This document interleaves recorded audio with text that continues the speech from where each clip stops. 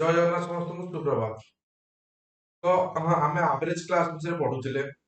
ତ ଆଭରେଜ ଭିତରେ basic concept था ଯାହା ଆପଣ ମାନଙ୍କୁ ମୁଁ ବୁଝେଇଥିଲି। ତ ତାହା ଥିଲା ବେସିକ କନସେପ୍ଟ ଆଉ ଆପଣ ମାନଙ୍କୁ ମଧ୍ୟ କହିଥିଲି କିପରି ଗୋଟେ ନମ୍ବରର ଆଭରେଜ କେମିତି ବାହାରିବ, ତାହା ବହୁତ ସହଜରେ କେମିତି କାଢିବା ଆପଣଙ୍କର ଡେଭିଏସନ ମେଥଡରେ, ତାହା ଆପଣଙ୍କୁ ଅଲରେଡି ଶିଖେଇ ଦେଇଛି। ତ ଆଜି ଏଇ କ୍ଲାସରେ ଆମେ କଣ ପଢିବା ନା ଆଭରେଜ ଆଉ କିଛି କନସେପ୍ଟ ଅଛି ପଢିବା, ଆଉ କିଛି କ୍ୱେଶ୍ଚିନ୍ ଅଛି ମଧ୍ୟ ଡିସ୍କସନ କରିବାକୁ ଟ୍ରାଏ କରିବା। ଠିକ ଅଛି। ତ ଫାଷ୍ଟ ମୁଁ କନସେପ୍ଟଟା ଦେଖେଇ ଦିଅନ୍ତୁ। ତ ଆଭରେଜ କହିଥିଲେ କଣ କହିଥିଲି ମୁଁ ଆପଣଙ୍କୁ ହାରାହାରି ମାନେ କଣ ତା ଅର୍ଥ ଯଦି ମାନେ କିଛି ଲୋକଙ୍କ ପାଖରେ କିଛି କିଛି ଟଙ୍କା ଅଛି, ମୁଁ ଆଣି କଣ କରିବି ନା ନିଜ ପାଖରେ ରଖିବି, ତାପରେ କଣ କରିବି ନା ସମସ୍ତଙ୍କୁ ସମାନ ସମାନ ଭାବରେ ବାଣ୍ଟି ଦେବି। ତ ଜଣକେ ଯେତିକି ଲେଖା ପଡିବ ସେଇଟା ହଉଛି ଆମର ଆଭରେଜ। ତ ତ କଣ ହେଲା ନା ଆଭରେଜ ଆଉ ଗୋଟେ କନସେପ୍ଟ ଶୁଣନ୍ତୁ। ଯେତେବେଳେ କନଜୁଗେଟିଭ ନମ୍ବର ମିଶେଇଥିବେ କଣ ହେଇଥିବ ନା କନଜୁଗେଟିଭ ନମ୍ବର। କଣ କନଜୁଗେଟିଭ ନମ୍ବର ମାନେ ପାଖାପାଖି ସଂଖ୍ୟା। କଣ ପାଖାପାଖି ସଂଖ୍ୟା ହେଲା। କଣ ପାଖାପାଖି ସଂଖ୍ୟା ମାନେ ଦେଖନ୍ତୁ ଯେମିତି ହେଇଥିବ କଣ କହିଲ 3 4 5 ଅପ ଟୁ ଦେଇଥିବ ମନେକର 15 ପର୍ଯ୍ୟନ୍ତ କେତେ 15 ପର୍ଯ୍ୟନ୍ତ ଦେଇଥିବ। ପଚାରିଥିବ କଣ ପଚାରିଥିବ ଭାଇ ମାନେ ମାନଙ୍କର ଯୋଉ କନଜୁଗେଟିଭ ନମ୍ବର ମାନଙ୍କର ଆଭରେଜ କେତେ। ଯେତେବେଳେ ଆପଣ କନଜୁଗେଟିଭ ନମ୍ବର ଦେଇଥିବ ତାହେଲେ ଆଭରେଜ କେମିତି କାଢିବା ଭାଇ ମାନେ। ତ ଫାଷ୍ଟ ନମ୍ବର ଆଉ ଲାଷ୍ଟ ନମ୍ବର ଡିଭାଇଡେଡ ବାଇ 2 ବୁଝିଲେ। କଣ ନା first number plus last number divided by 2। ଯଦି ମୁଁ କହିବି 3 ରୁ 15 ଯାଏ ଯଦି ଆମେ ଆଭରେଜ କାଢିବା ତାହେଲେ କଣ ହବ 3 ପ୍ଲସ 15 ଡିଭାଇଡେଡ ବାଇ 2 କେତେ ହେଲା 18 ବାଇ 2 କେତେ ହେଇଗଲା ମୋର ନା 9 ହେଇଗଲା। କେତେ ହେଲା ଭାଇ ମାନେ ନା 9 ହେଇଗଲା। ତା ଅର୍ଥ ଆପଣଙ୍କୁ ଯେତେବେଳେ କନଜୁଗେଟିଭ ନମ୍ବର ଦେଇଥିବ ତାହେଲେ ସେ କନଜୁଗେଟିଭ ନମ୍ବର ଗୁଡିକର ତାହା ଯାହା ବି ହଉ କନଜୁଗେଟିଭ ନମ୍ବର ଗୁଡିକ ଯଦି ଦେଇଥିବ ତାହେଲେ ସେମାନଙ୍କ ଆଭରେଜ କେମିତି ବାହାରିବ ନା first number plus second number divided by 2। ସେଇଭଳି ଭାବେ ଆପଣଙ୍କୁ ଯଦି ମୁଁ ଗୋଟେ କ୍ୱେଶ୍ଚିନ୍ କହିବି ଗୋଟେ କ୍ୱେଶ୍ଚିନ୍ ଆପଣଙ୍କୁ କଣ କହିବି ନା ଦେଇଥିବ ମନେକର ଏମିତି ଦେଇଥିବ କେମିତି ଦେଇଥିବ ନା 100 ରୁ 200 ମଧ୍ୟରେ 200 ପର୍ଯ୍ୟନ୍ତ ସଂଖ୍ୟା ମାନଙ୍କର କଣ ଦେଇଥିବ ନା ଆଭରେଜ ପଚାରିଥିବ।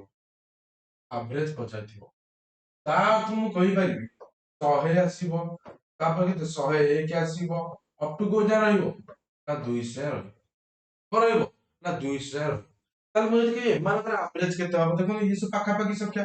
ପାଖାପାଖି ମାନେ କଣ ଗୋଟେ ଆର୍ଥମେଟିକ ଇଏରେ ଅଛନ୍ତି। ତ କଣ କହିବା 100 ପ୍ଲସ 200 ଡିଭାଇଡେଡ ବାଇ 2 ତାହେଲେ କେତେ ହେଇଗଲା ମୋର 300 ବାଇ 2 ମାନେ କେତେ ହେଇଗଲା 500। ବୁଝିଗଲା।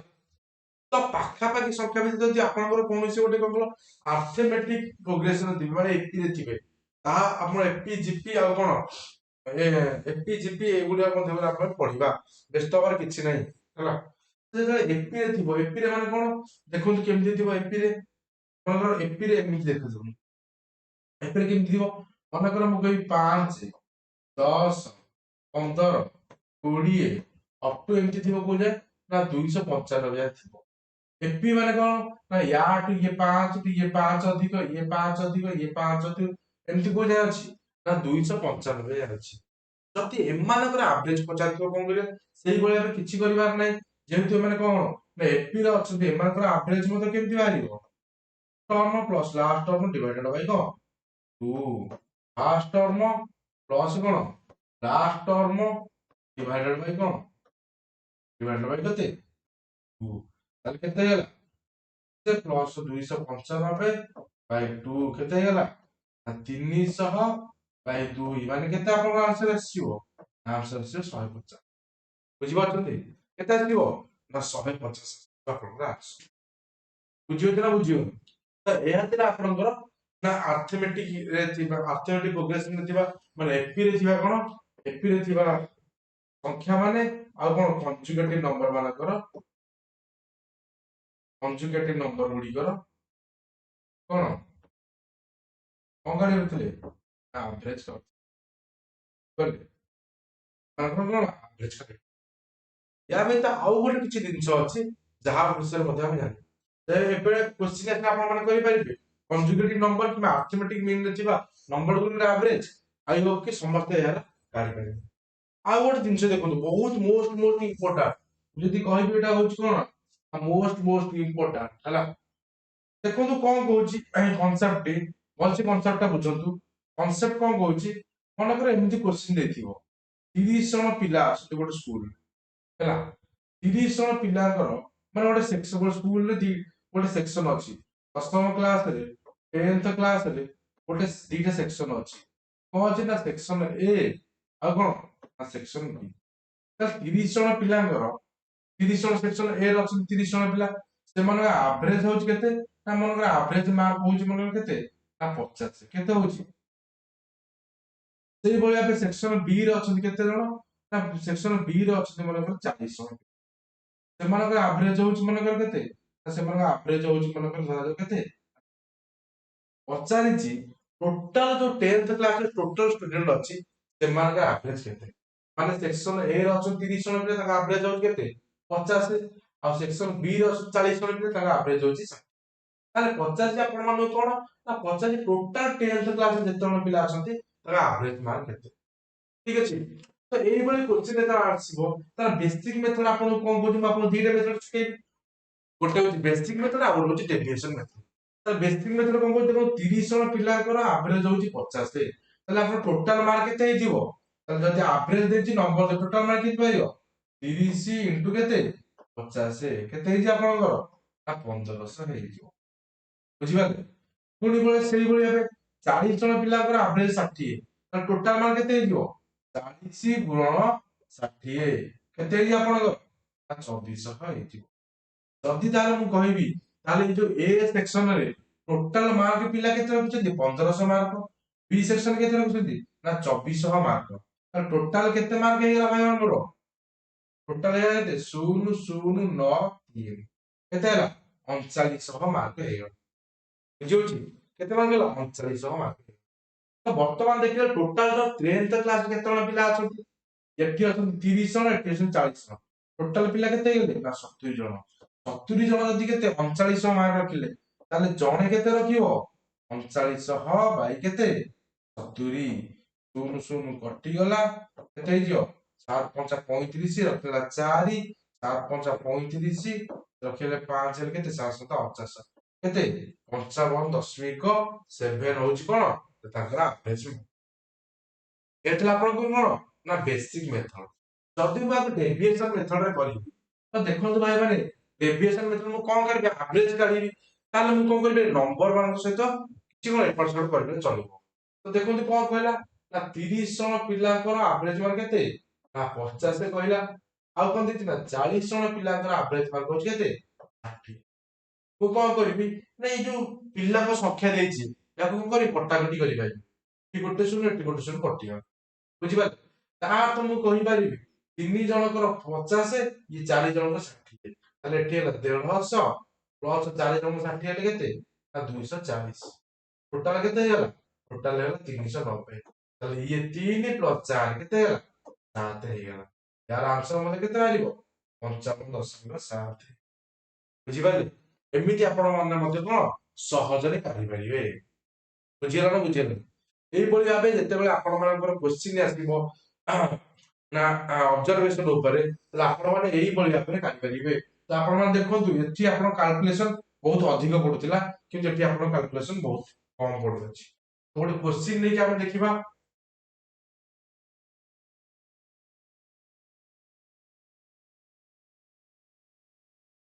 ଦେଖନ୍ତୁ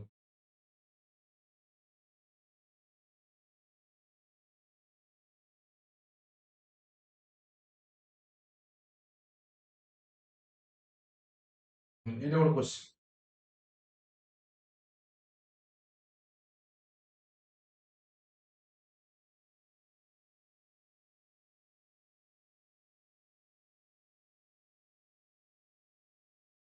ଏଇଭଳି କ୍ୱେଶ୍ଚିନ୍ ଯୋଉଟା ଆପଣ ବେସିକ ମେଥଡ କରିପାରିବେ।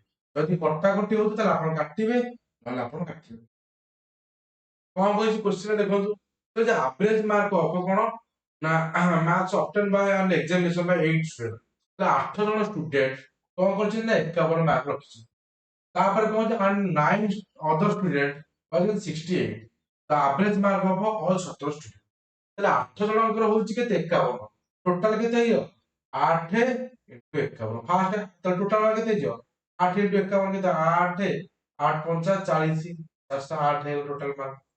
ସେମିତି କଣ ଦେଇଛି ନା 9 ଜଣଙ୍କର ହଉଛି କେତେ ନା 9 ଜଣଙ୍କର ହଉଛି 68 ଜଣ କେତେ 68 9 ଟା 12 2 1 7 9 କୁ କେତେ 54 54 7 କେତେ 61 ଟୋଟାଲ ମାର୍କ ଏତିକି ହେଇଗଲା। ଯଦି ମିଶେଇ ଦେଲି କେତେ ହେଲା 0 2 କେତେ ହେଲା 10 102 ଟୋଟାଲ ମାର୍କ ହେଲା କେତେ 1020 ଟୋଟାଲ କେତେ ଜଣ ଷ୍ଟୁଡେଣ୍ଟ ଅଛନ୍ତି 17 ଜଣ 17 ଜଣ ଷ୍ଟୁଡେଣ୍ଟଙ୍କର ଯଦି କେତେ 102 ହେଲା ତାହେଲେ ଜଣଙ୍କର କେତେ 102 ସେ କେତେ 1020 ବାଇ କେତେ 17 17 1700 କେତେ 1700 କୁ 102 କେତେ ହେଇଛି ତାହେଲେ ଆପଣଙ୍କର ଆନ୍ସର ଆସିছে 60 ଆସିବ ଅପସନ ନମ୍ବର 3 ହେଇଛି କଣ ଆପଣ ରାଇଟ ଆନ୍ସର। ତ ଏଇ କୋଶ୍ଚିନ୍ ଆପଣ ସହଜରେ କାଢି ପାରିଲେ ବେସିକ ମେଥଡରେ କିନ୍ତୁ ବେଳେ ବେଳେ ଦେଖିବେ ଯେ ଦେଖନ୍ତୁ ଆଉ ଅନ୍ୟ କୋଶ୍ଚିନ୍ ନେଇ ଦେଖିବା ଦେଖନ୍ତୁ ଦେଖନ୍ତୁ ଏଇଟା ଗୋଟେ କୋଶ୍ଚିନ୍ ଆସିଲା ଆପଣ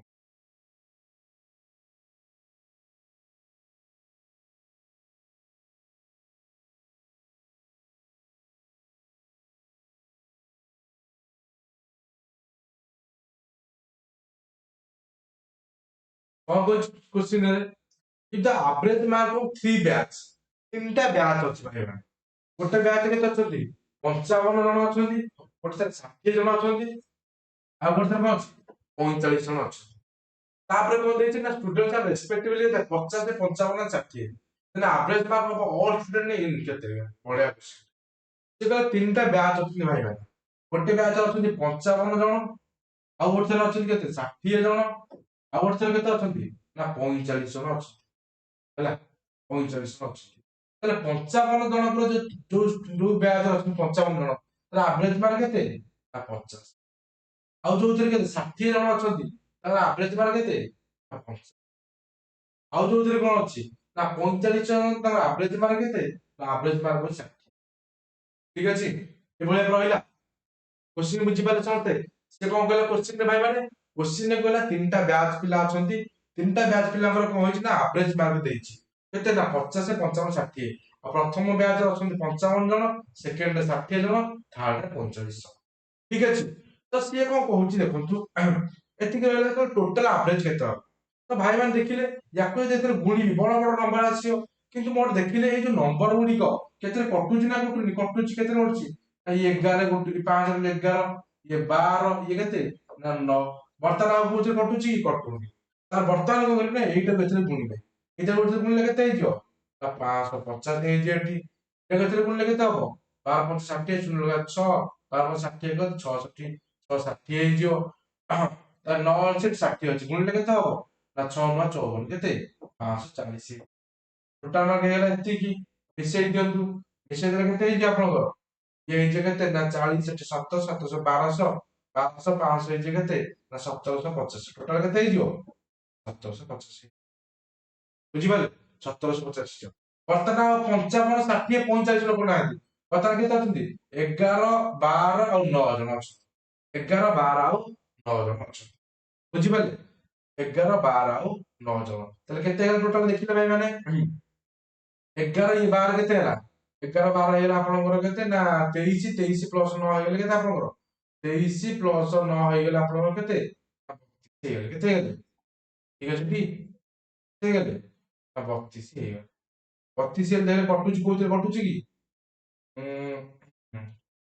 କେତେ କଟୁଛି ଦେଖିଲେ 2 ରେ କଟିଲେ କେତେ ହଉଛି ନା 2 ରେ କଟିଲେ ହଉଛି ଆପଣଙ୍କର 2 ଅଷ୍ଟା 16 2 ଅଷ୍ଟା 16 ଇଏ ରହିଲା କେତେ 2 ଅଷ୍ଟା 16 2 ସତା 14 ଭାଇ କେତେ 16 16 ପଞ୍ଚା କେତେ 80 ରହିଗଲା କେତେ ଆପଣଙ୍କର 80 ହେଲେ 7 75 ହେଲେ 16 କେତେ 64 16 କେତେ 64 ବଳି ପଡିଲା କେତେ 64 ହେଲେ 54.68 ଏଇଟା ହେଇଛି ଆପଣଙ୍କର ଆନ୍ସର।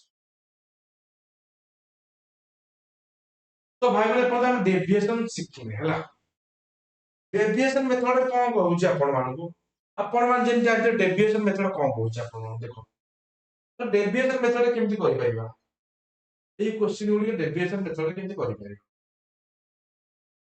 ଦେଖନ୍ତୁ ଏଇ କୋଶ୍ଚିନ୍ ଗୁଡିକ ଡେଭିଏସନ ମେଥଡ ଏଇଟା ଆମେ ଫଟାଫଟ ଶିଖିଲେ ତ ଡେଭିଏସନ ମେଥଡ କଣ କହୁଛି ଭାଇ ମାନେ ଦେଖନ୍ତୁ ଏଇ କ୍ୱେଶ୍ଚିନ୍ ଆମେ 30 ଜଣ ଲୋକ ଅଛନ୍ତି ସେମିତି ମୁଁ ଫାର୍ଷ୍ଟ କହିଲି 30 ଜଣ ପିଲା ଅଛନ୍ତି ତାଙ୍କ ଆଭରେଜ ମାର୍କ କେତେ ନା 50 ତାପରେ କେତେ 40 ଜଣ ଅଛନ୍ତି ତାଙ୍କ ଆଭରେଜ ମାର୍କ କେତେ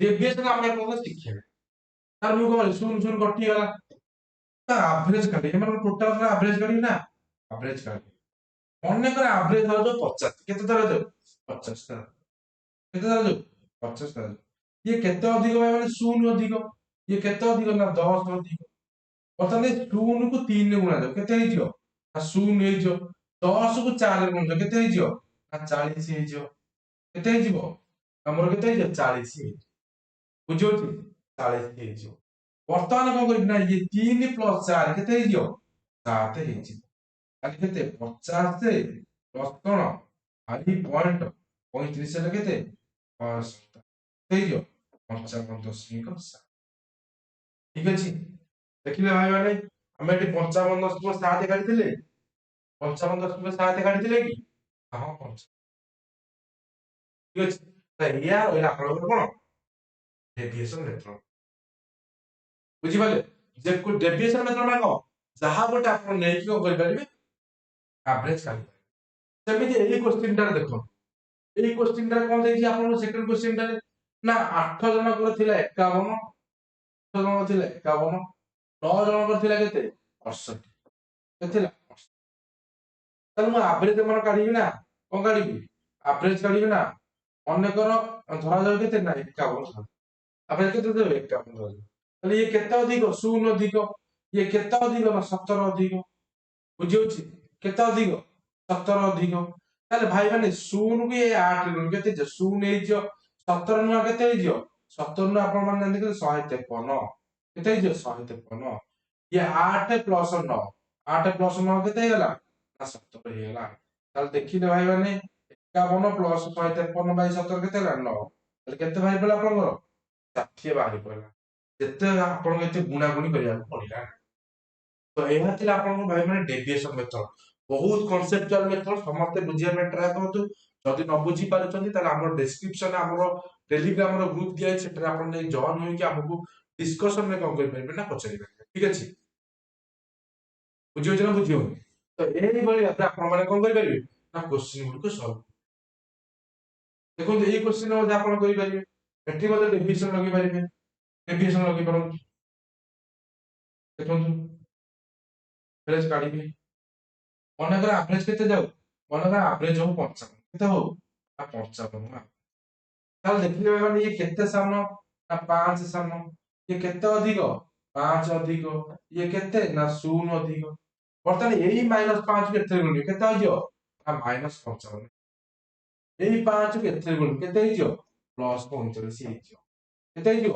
+45 ହେଇଯିବ ତାହେଲେ -55 +45 ତାହେଲେ କେତେ ହେଇଯିବ ନା -10 ହେଇଯିବ ଟୋଟାଲ କେତେ ଅଛି ନା ଟୋଟାଲ ଅଛି କେତେ 11 ପ୍ଲସ 12 ହେଇଛି ଆପଣଙ୍କର କେତେ ନା 11 ପ୍ଲସ 12 ହେଇଛି ଆପଣଙ୍କର କେତେ ହେଇଯିବ ନା 23 23 ପ୍ଲସ 9 କେତେ ହେଇଯିବ ନା 32 କେତେ ହେଇଯିବ 32 ହେଇଯିବ 55 ଇଏ କଟିଲେ କେତେ ନା 5 ବାଇ 16 5 ବାଇ 16 ମାନେ କେତେ 0 ପଏଣ୍ଟ କେତେ ହେଇଯିବ ଆପଣଙ୍କର 16 32 16 38 3 ପଏଣ୍ଟ ବାହାରି ପଡିବ 3.2 ମାନେ କେତେ ହେଇଯିବ 54.6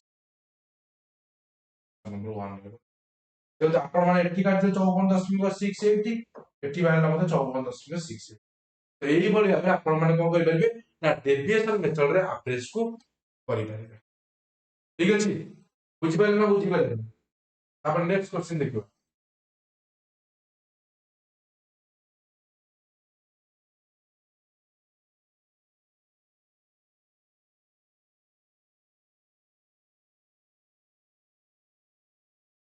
ଏଇଟା ଗୋଟେ ପ୍ରକାର କ୍ୱେଶ୍ଚନ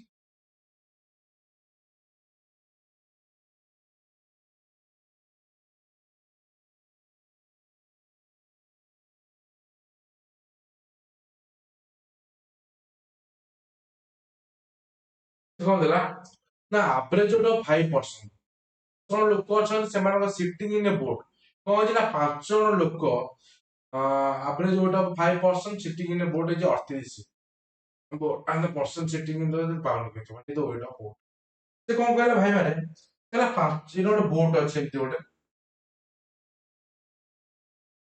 ବୋଟ ଅଛି, ଏମିତି ବୋଟ ଅଛି, ସେଥିରେ 5 ଜଣ ଲୋକ ବସିଛନ୍ତି। କେତେ ଜଣ ଲୋକ ବସିଛନ୍ତି? 5 ଜଣ ଲୋକ ବସିଛନ୍ତି। ଦେଖ ଯଦି ସେଇ ମୁଁ 5 ଜଣ ଲୋକଙ୍କର, ଏଇ ଯୋଉ 5 ଜଣ ଲୋକଙ୍କର ଯଦି ମୁଁ କଣ କରିବି ନା ଆଭରେଜ ୱେଟ କାଢୁଛି, ତାହେଲେ ମୋର କେତେ ବାହାରୁଛି ନା 38। ବୁଝିପାରିଲେ? ତାପରେ କଣ କରିଛି ନା ଏଇ ଯୋଉ 5 ଜଣଙ୍କ ସହିତ, ଏଇ ଯୋଉ 5 ଜଣଙ୍କ ସହିତ ଯଦି ମୁଁ ବୋର୍ଡ କୁ ମିଶେଇ ଦଉଛି, କଣ କରୁଛି ନା ବୋର୍ଡ କୁ ମିଶେଇ ଦଉଛି, ତାହେଲେ ମୋ ଆଭରେଜ ୱେଟ କେତେ ବାହାରୁଛି ନା 52 କେଜି ବାହାରୁଛି। କେତେ ବାହାରୁଛି ନା 52 କେଜି। ତାହେଲେ ପଚାରିଛି ବୋର୍ଡ ର ୱେଟ କେତେ।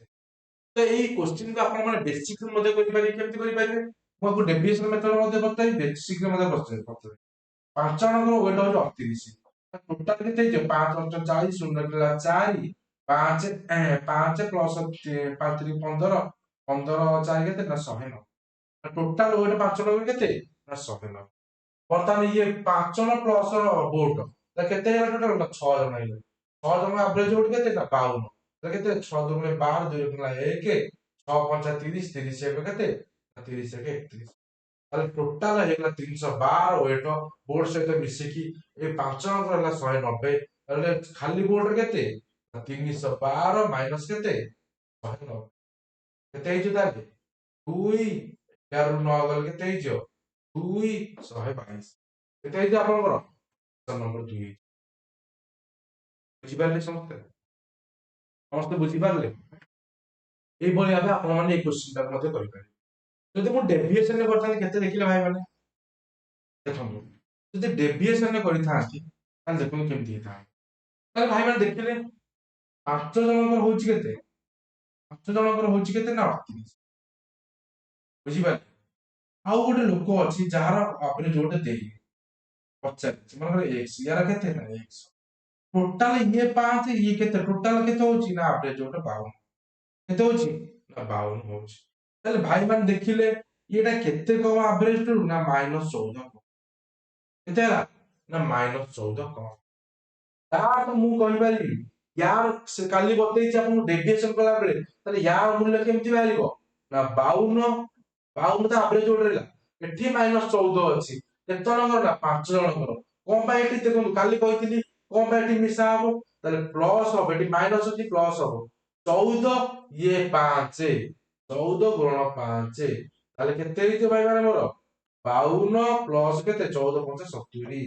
ତାହେଲେ କେତେ ହେଇଯିବ? 122 ହେଇଯିବ ଆନ୍ସର। ବୁଝିପାରିଲେ? ତାହେଲେ ଡେଭିଏସନ ମେଥଡ ରେ କଲେ କଣ ହେଇଯିବ? 122 ହେଇଯିବ ଆପଣଙ୍କ ଆନ୍ସର। ଠିକ ଅଛି? ବୁଝିବା ସମସ୍ତଙ୍କୁ? ଏଇଭଳି ଭାବେ ଡେଭିଏସନ ମେଥଡ କରିପାରିବେ। ଯଦି ବି କିଛି ଡାଉଟ ରହୁଛି, ଆପଣ ମାନେ ଆମର ଟେଲିଗ୍ରାମ ଗ୍ରୁପରେ ଜଏନ ହୋଇକି, ଡେସ୍କ୍ରିପସନ ରେ ଲିଙ୍କ ଅଛି, ଆପଣ ମାନେ ସେଥିରେ ଯାଇ ଜଏନ ହୋଇକି ଆମକୁ ଡାଇରେକ୍ଟ କଣ କରିପାରିବେ ନା ସେଥିରେ ଆପଣ ଡାଉଟ ପଚାରି ପାରିବେ। ଠିକ ଅଛି? ଆଇ ହୋପ କି ସମସ୍ତଙ୍କୁ କ୍ଲିୟର ହେଇଯାଇଥିବ। ନେକ୍ସଟ କ୍ୱେଶ୍ଚିନ ଯିବ। ତ ଦେଲା କଣ କ୍ୱେଶ୍ଚିନ ରେ?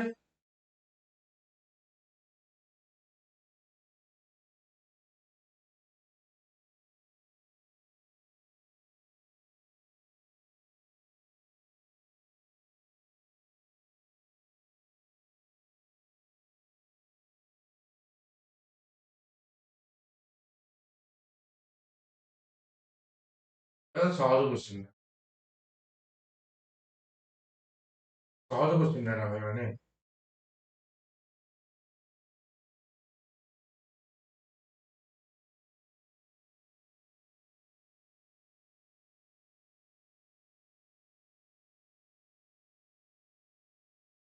ସେ କଣ କହିଛି ଭାଇ ମାନେ, ଟୋଟାଲ ୱିକ୍ ଏଣ୍ଡ କେତେ? ଏତିକି ଟଙ୍କା। ସେ କହୁଛି ଗୋଟେ ଫ୍ୟାକ୍ଟରୀରେ କଣ ଅଛି ନା 1534 ଟଙ୍କା ଦିଆଯାଏ ମାସ। ସପ୍ତାହକୁ କେତେ? 1534 ଟଙ୍କା ଦିଆଯାଏ। ବୁଝିପାରିଲେ? ସେ କଣ କହିଛି ନା ଯଦି ଜଣେ ୱାର୍କର ନିଏ 118 ଟଙ୍କା, ଯଦି total weekly emolument of the workers of a factory କେତେ? କେତେଟା? 1534 ଟଙ୍କା। ଯେତେ ଜଣ ଫ୍ୟାକ୍ଟରୀରେ ଅଛନ୍ତି ସମସ୍ତଙ୍କୁ କଣ କହିଛି ନା 1534 ଟଙ୍କା ଦିଆଯାଏ। ସେ କହିଛି ଆଭରେଜ ୱିକଲି ଆର୍ନମେଣ୍ଟ ଅଫ ୱାର୍କର। ଯଦି ପ୍ରତି ୱାର୍କର କେତେ 118 ଟଙ୍କା ନିଅନ୍ତି, ତାହେଲେ କେତେ ଜଣ ୱାର୍କର ଅଛି? ତାହେଲେ କଣ କରିବା? ଡିଭାଇଡ କରିଦେବା। କେତେ ଭାଇ ଦେଖନ୍ତୁ, ୟୁନିଟ ଡିଜିଟ ଦେଖିଲେ ଆପଣଙ୍କୁ କେତେ ଆଉଛି ନା ବାହାରୁଛି କେତେ? Option number 3 13। ଦେଖନ୍ତୁ ଏଠି ଅଛି 4, ଏଠି ଅଛି 8। ୟୁନିଟ ଡିଜିଟ କେମିତି କରିବେ? ଦେଖନ୍ତୁ ଯଦି ମୁଁ ଯଦି ଏଟାକୁ କାଟିଲେ ମୋ 16 ବାହାରୁଥିବ, ତ 847 କେବେ ଏଇଟା ହବନି, କାରଣ ୟୁନିଟ 8 ହେଇଯିବ। 8 ଚଉକୁ 32 ଏଇଟା ହବନି, 8 ଦୁଗୁଣେ 16 ହବନି, କିନ୍ତୁ 8 ତିରିକି 24। ତ କେତେ ହବ ମୋର ଆନ୍ସର? ହଁ ଯଦି ଡାଟା ଆପଣ କଣ କରିବେ, ୟୁନିଟ ଯଦି ଚେକ୍ କରିଦେବେ, ଯାହା ଆନ୍ସର କେତେ ବାହାରି ପଡିବ ନା 13 ବାହାରି ପଡିବ। ଠିକ ଅଛି, ଠିକ ଅଛି, ବୁଝି ହଉଛି?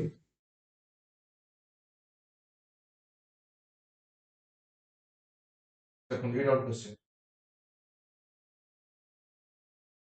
ଆଉ ବହୁତ ଗୁଡିଏ କ୍ୱେଶ୍ଚନ ଅଛି ଭାଇ ମାନେ ଆଭରେଜର। ଆଭରେଜର ଆମେ କାଲି ଆହୁରି ବହୁତ ଗୁଡିଏ କ୍ୱେଶ୍ଚନ ପଢିବା, ଯୋଉଥିରେ ଆପଣଙ୍କର କଣ ବ୍ୟାଟ୍ସମ୍ୟାନ କନସେପ୍ଟ, ଯୋଉ ବ୍ୟାଟିଂ ଆଭରେଜ, ବୋଲିଂ ଆଭରେଜ, ସେଗୁଡିକୁ କେମିତି କାଢିବେ, ତାପରେ ଜଣେ ଛାଡିକି ପଡିଲା ଆଉ ଜଣେ ଆସିଲା, ସେଭଳିଆ କ୍ୱେଶ୍ଚନ କିଭଳି କରିବେ। ତ ବହୁତ ଗୁଡିଏ କନସେପ୍ଟ ଅଛି ଆଭରେଜ। ଆଜି ଆମେ କାଲି ଆମେ କଣ କଣ କରିଥିଲେ ନା ବେସିକ କନସେପ୍ଟ କିଛି ପଢିଥିଲେ, ଆଉ ଡେଭିଏସନ ମେଥଡ କଣ ପଢିଥିଲେ। ଆଜି କଣ କରିବେ ନା ଦିଟା ଗ୍ରୁପ ନେଇକି ପଢିଲେ। ଠିକ ଅଛି, ଆଇ ହୋପ କି ସମସ୍ତେ କ୍ଲିୟର ଥିବେ। ଯଦି ବି କାହାର କିଛି ଡାଉଟ ରହୁଛି ତାହେଲେ ଦୟାକରି ଆପଣ ମାନେ ଆମ ଟେଲିଗ୍ରାମ ଗ୍ରୁପରେ ଜଏନ ହୋଇ ଆମକୁ ଡାଉଟ ପଚାରି ପାରିବେ। କଣ କହିଛି ନା there are two group A ଆଉ B in of a class. ଗୋଟେ କ୍ଲାସରେ ଦିଟା ଗ୍ରୁପ ଅଛି, କିଏ ଅଛି ନା ଏ ଅଛି, ଆଉ ଗୋଟେ କଣ ଅଛି ନା ବି ଅଛି। କନସିଷ୍ଟିଂ ଅଫ 42 ଆଉ 28 ଷ୍ଟୁଡେଣ୍ଟ। ଏ ର ଅଛନ୍ତି 42 ଜଣ, ବି ର ଅଛନ୍ତି କେତେ 28 ଜଣ। କଣ କହିଛି କି ଆଭରେଜ ଗୋଟେ ହବ ଗ୍ରୁପ ଏ ଅଛି 25 କେଜି, କେତେ ଆଙ୍କର ହଉଛି 25 କେଜି, କାରଣ ଗ୍ରୁପ ବି ରହୁଛି କେତେ 40 କେଜି, ଗ୍ରୁପ ବି ରେ କେତେ ନା 40 କେଜି। ତାହେଲେ କଣ ପଚାରିଛି ନା average weight of whole class. ସେଇଭଳି କ୍ୱେଶ୍ଚିନ୍ ଭାଇ ମାନେ ଟୋଟାଲ କ୍ଲାସ ର ଆଭରେଜ ୱେଟ କେତେ। କଣ କହିଲା ଭାଇ ମାନେ ଗୋଟେ କ୍ଲାସ ରେ ଦିଟା ସେକ୍ସନ ଅଛନ୍ତି, ଏ ସେକ୍ସନ ଅଛି, ବି ସେକ୍ସନ ଅଛି।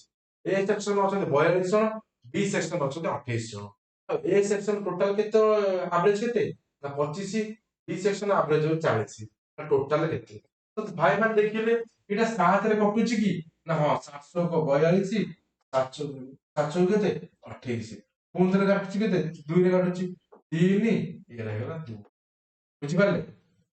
ଯଦି କଟୁଛି କାଟିଦେବେ, ଆଭରେଜ ଯେମିତି ସେମିତି ରଖିବେ, କାଟିଦେବେ। ତାହେଲେ ମୁଁ କଣ କରିବି ଆଭରେଜ କାଢିବି। କଣ କରିବି ଆଭରେଜ କାଢିବି। ମୁଁ ଡାଇରେକ୍ଟ ଡେଭିଏସନ ମେଥଡ କରୁଛି, ଆପଣ ମାନେ ଅନ୍ୟ କୌଣସି ମେଥଡ ବି କରିପାରିବେ। ମନେକର ଆଭରେଜ ହଉ କେତେ ନା ଆଭରେଜ ହଉ ମନେକର 25, କେତେ ହଉ 25 ହଉ, ତାହେଲେ ଇଏ କେତେ ଅଧିକ 0 ଅଧିକ, ଇଏ କେତେ ଅଧିକ ନା 15 ଅଧିକ, କେତେ ଅଧିକ 15 ଅଧିକ। 0 କୁ 3 ରେ ଗୁଣିବି କେତେ 0, 15 କୁ 2 ରେ ଗୁଣିବି କେତେ ହେଇଯିବ ନା 30। এইটাও କଣ କରିବି ବର୍ତ୍ତମାନ ଇଏ 3 ପ୍ଲସ 2 5 ରେ ଡିଭାଇଡ କରିବି। 25 ପ୍ଲସ କେତେ ହେଇଯିବ ନା 6, କେତେ ହେଇଯିବ ମୋର 31। ବୁଝିପାରିଲେ?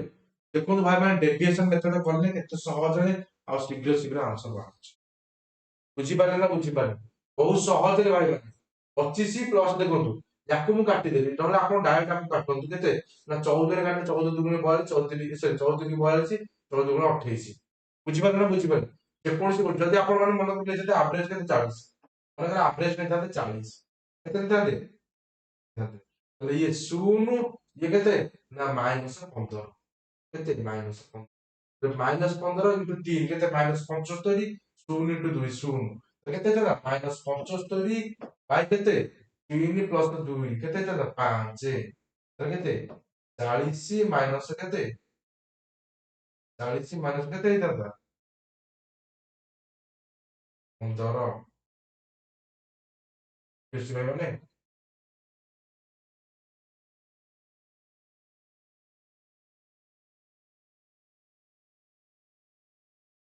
ବୁଝିବା ଠିକ ନାହିଁ ବେଶୀ ଇଏ ହେଇଥାନ୍ତା ନା -45/5,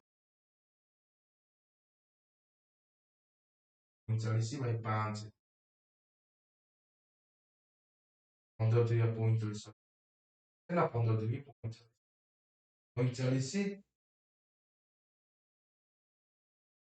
ୟୁଜ ରହିବନି। ଦେଖିଲେ ଯଦି ମୁଁ କେତେ 40 ନଉଛି, ପୁଣି ହେଲା ଇଏ କେତେ ନା -15, -15 3 କେତେ 45, ଇଏ 2 45/5, 45/5 ହେଲେ କେତେ ହେଲା ନା 9 ହେଇଗଲା, କେତେ ହେଲା ନା 9 ହେଇଗଲା। ଇଏ ତ କେତେ ବାହାରି ପଡିବ ଆପଣ ମାନେ ଯାହା ନେଲେ ମଧ୍ୟ ସେମ୍ ଆନ୍ସର। ଠିକ ଅଛି, ଆଇ ହୋପ କି ସମସ୍ତେ କ୍ଲିୟର ଥିବେ। ୟା ଭିତରେ ଆପଣ ଯାହା ବି ନେଲେ ଆପଣଙ୍କ ଆଭରେଜ ସେମ୍ ହିଁ ବାହାରିବ, ଯଦି ଆପଣ ଡେଭିଏସନ ମେଥଡ। ଠିକ ଅଛି।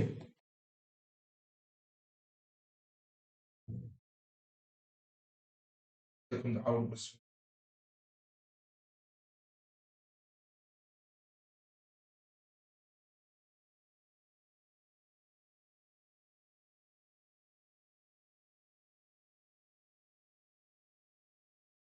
କଣ କଲା ନା ଦ ମିନ୍ ମାନେ କହୁଥିଲି ଆପଣଙ୍କୁ ଆଭରେଜ। ମିନ୍ ମାନେ କଣ କହିଥିଲି ଆଭରେଜ କହିଥିଲି। ତ mean of 9 observation is 16। One more observation included, the new mean became କେତେ 17। କଣ କହିଲି 10th ଅବଜରଭେସନ କେତେ ସେଇଭଳି କ୍ୱେଶ୍ଚିନ୍ ଟା ଭାଇ ମାନେ 16ଟା ଜିନିଷ ଥିଲା ଯାହାର ଆଭରେଜ କେତେ।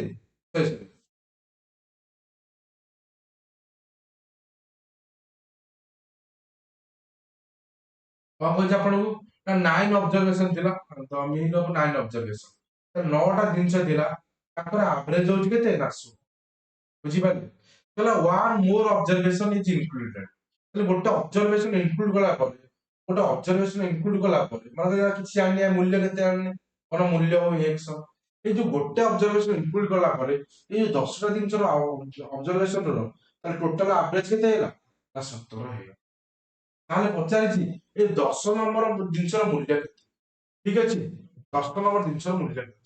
ତ ଭାଇ ମାନେ ମୁଁ ଯେମିତି ଆପଣଙ୍କୁ ଡେଭିଏସନ ଭିତରେ କହିଥିଲି ନା ଟୋଟାଲ ମୂଲ୍ୟ 17 ଇଏ 16 ଇଏ କେତେ କମ ନା -1 କମ। ତାହେଲେ -1 କମ ମାନେ ଟୋଟାଲ କେତେ ହେଲା ନା -9। ତାହେଲେ ଏଇ x ର ମୂଲ୍ୟ କେତେ ହବ 17 ଇଏ -9। 17 ଇଏ -9 ପ୍ଲସ 9 କେତେ ହେଇଯିବ ତାହେଲେ ନା ଆପଣଙ୍କର ହେଇଯିବ 26। କେତେ ହେଇଯିବ ନମ୍ବର 3 ହେଇଯିବ କରେକ୍ଟ। ବୁଝିଲା ବହୁତ ସହଜରେ ଭାଇ ବହୁତ କ୍ୱିକଲି ଆନ୍ସର ବାହାରୁଛି ଆପଣ କିଛି ବି ଗୁଣାଗୁଣି କରିବାକୁ ପଡୁନି।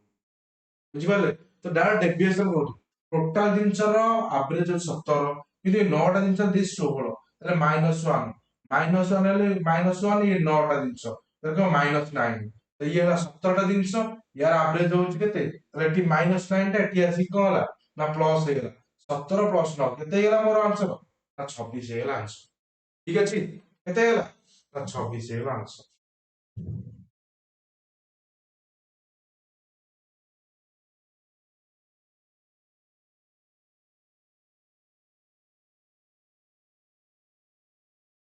କନସେପ୍ଟ ଭାଇ ଆମେ କାଲି ପଢିବା।